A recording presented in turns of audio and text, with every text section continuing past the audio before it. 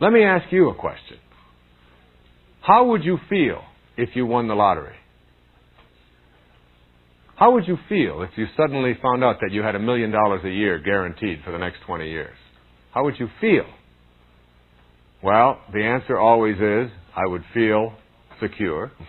I would feel blessed. I would feel safe. I would feel thrilled. I would be happy. I would be ecstatic. I would be joyful.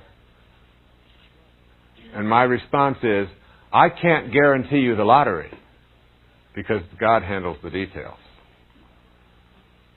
But I can guarantee you bliss, security, happiness, joy.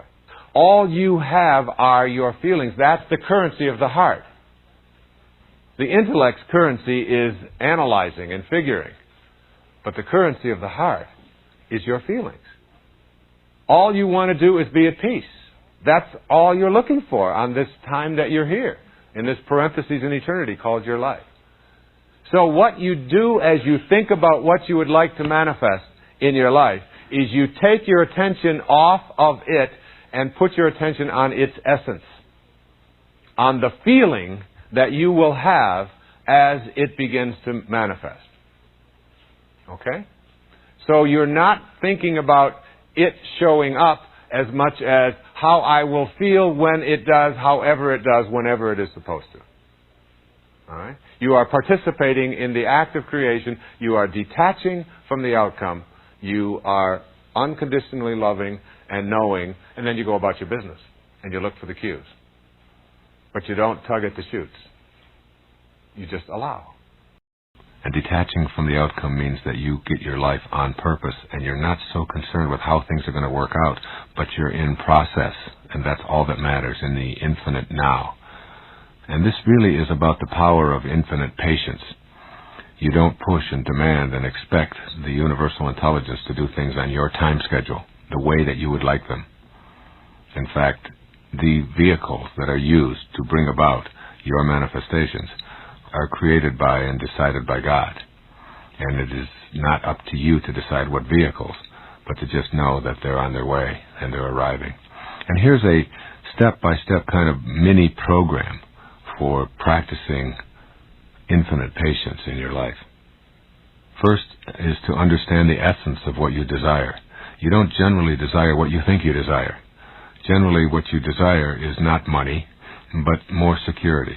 Generally, what you desire is not to be rid of your addictions, but to be healthy, to be non-toxic.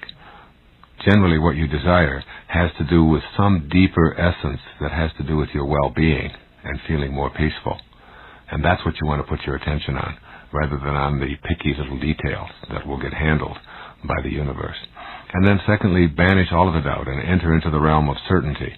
There is no doubt when you have certainty. There is infinite patience when you are certain of the outcome. So being certain of the outcome is just a knowing. I know it will arrive. I trust in this divine intelligence that is a part of me and in all things. I trust it, I'm aware of it, and I'm patient. I have all the time in the world, as my friend Stuart Wilde says. The third thing to do then is to leave your expectations and go about your business. Stop contaminating your manifestations with your expectations and just go about your business. And then fourthly, maintain privacy, always privacy about your desires. This is between you and your higher self. And then fifthly, be aware of any cues that you desire that are beginning to manifest. Just be aware that these things are starting to show up. And then next, I would act immediately on those cues that arrive by acknowledging them and being grateful for them and thanking them. And then I would not think of my manifestation as a special favor. There are no special favors. The divine intelligence is in everyone and everything. It doesn't pick favorites. If it did, then it wouldn't be universal. It would be saying, okay, I'll give it to you, but not to someone else. And the someone else that doesn't have it would be a place that the universal intelligence is not located. And by virtue of the fact that it is universal, it is everywhere. So it is impossible for it to have favors. It's impossible for it to be everywhere and someplace that it is not. And don't think of it as a favor to you. It is just your tuning in to the higher places within yourself and the higher places in the universe.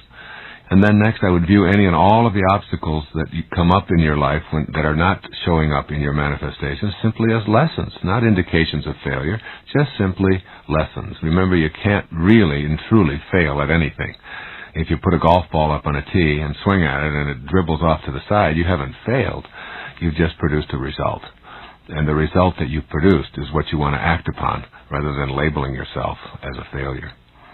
And then next, I would release all judgment from my meditation practice. I would work at not just my meditation practice, but in all of my life. I can be patient when I don't judge, when I don't say, you ought to be the way I think you ought to be, and I'm not going to enjoy myself until you are. That isn't patience. You see, the reason you want to be patient is because patience shows an affirmation in trusting in this divine intelligence and in yourself. And impatience shows that you are separated and disconnected from that intelligence. And then I would learn to relax in peace and have a knowing. And I'd avoid the process of rushing and pushing through my life. You relax in peace and you just turn your thoughts to the affairs of your daily life. And then finally, I would use as many affirmations as I can write or come up with to keep that energy flowing and detaching myself from the outcome. This is the way you put infinite patience and detaching yourself from the outcome to work in your life.